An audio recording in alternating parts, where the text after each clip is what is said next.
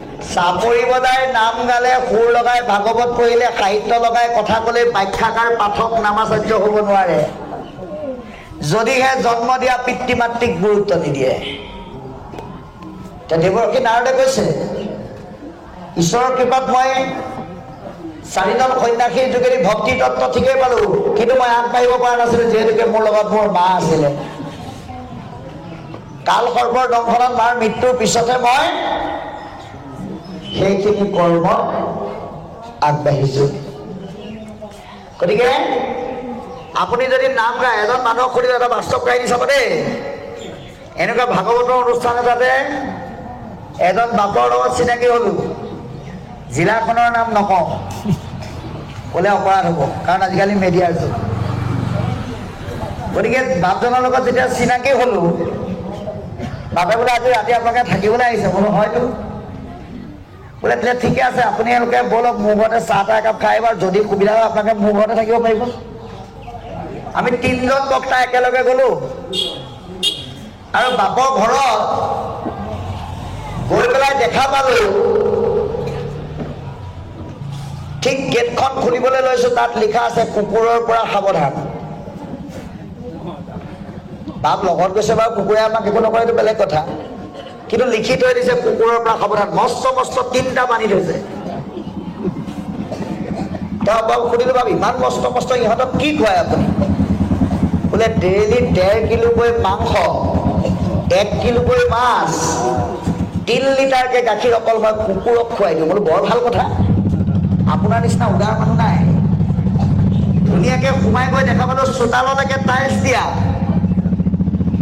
আৰু গৈ ঘৰৰ ভিতৰলৈ সোমাই দিলে 5 তলা বিল্ডিং, লিফ্টতহে উঠিব লাগে। আৰু গৈ পেলাই যেতিয়া পালোগে, চাহ তাহ দি ধুনীয়াকে খুৱাই খুৱাই ল'লে। বোলো বাপ আপোনাৰ পৰিয়াল? বোলে কি ক'ব, ল'ৰা এটা, ছোৱালী এজনী আৰু আইগৰাকী আৰু মই। ল'ৰা কিমান ডাঙৰ? বোলে ল'ৰা ছোৱালী 2টাই পঢ়া শুনা শেষ কৰি 2টাই চাকৰি কৰি আছে। তা আপোনালোকে কি কৰে? বোলে আই চাকৰি ৰিটায়াৰ হ'বলৈ আৰু 5 বছৰ আছে। আপোনাৰ? মোৰ আৰু বেছি নাই, 3 বছৰমান আছে। তাৰমানে ঘৰখনত 4জন চাকৰিয়াল। আপুনি চাকৰি কেনেকে মিলাই? আপুনিতো নামে পাঠেও যায়। বোলে অঁ, সোমবাৰৰ পৰা শুকুৰবাৰলৈ চাকৰি কৰোঁ, শনিবাৰে দেওবাৰে ভাগৱত পাঠ কৰিবলৈ মাতিলেও যাওঁ, নাম গাবলৈ মাতিলেও যাওঁ। বোলো বৰ ভাল কথা এইটো দেই, ইমান কামৰ মাজতে যে আপুনি ঈশ্বৰ সেৱা গুৰু সেৱা কৰিছে।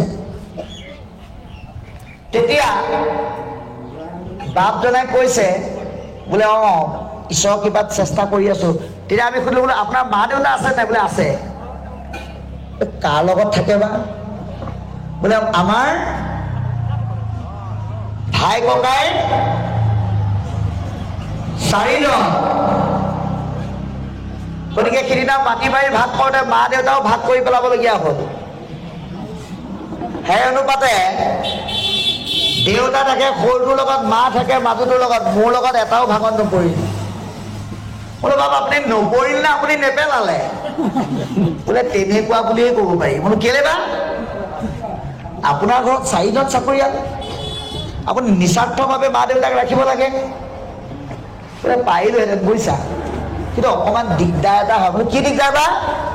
বোলে এতিয়া বুঢ়া বুঢ়ী মানুহ নহয় জানো, এই খাই বৈ য'তে ত'তে লেতেৰা কৰিব, এইবিলাক চফা কৰা মানুহৰ অভাৱ। বোলো বাপ এটা ডাঙৰ কথা ক'লে আপুনি। আপোনাৰ মা দেউতাই আচলতে এটা ভুল সিদ্ধান্ত ল'লে। বোলে কি? আপুনি গৰ্ভত থাকোঁতে মা দেউতাই আপোনাক এটা কাম কৰিব লাগিছিল। বোলে ইয়াক মই জন্ম নিদিওঁ, কাৰণ ইয়াৰ দুমুঠ চফা কৰিবলৈ চফা কৰা মানুহৰ অভাৱ। এই বুলিতো আপোনাক জন্ম নিদিয়াকে থকা নাই।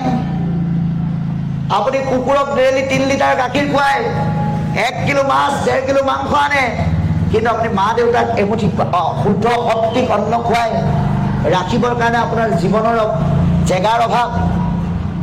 এই মানসিকতা ধিক্কাৰ দিছে। সেইকাৰণে 10ম স্কন্ধ ভাগৱতত সিদ্ধান্ত দিছে যে আমি যে পৃথিৱীলৈ আহিলো, আমাৰ মা দেউতাই আপোনাক আমাক এই ধৰা ধামত জন্ম দিয়াৰ ক্ষেত্ৰত বহুখিনি কষ্ট কৰিছে। যিখিনি কষ্টৰ ঋণ বোলে 100 বছৰ খুজিলেও মানে মাৰ নাখায়। যিটো পিতৃ মাতৃ জন্মিলে গমাত্ৰ কুহি বুজিলে কয়নো দিন সতেক বছৰে পালতে পোষতে বুজিবে নপাৰে ঋণ। গতিকে 100 বছৰ পালন পোষণ কৰিলেও পিতৃ মাতৃৰ ঋণ খুজিব নোৱাৰি। তেনেস্থলত যদি পুত্ৰ হৈয়া যদি পিতৃক নোপোষে দুজনই আতি বান্ধি তাহাৰ মাংস তাহাকে খুৱাই জমৰ কিংকৰে কাটি।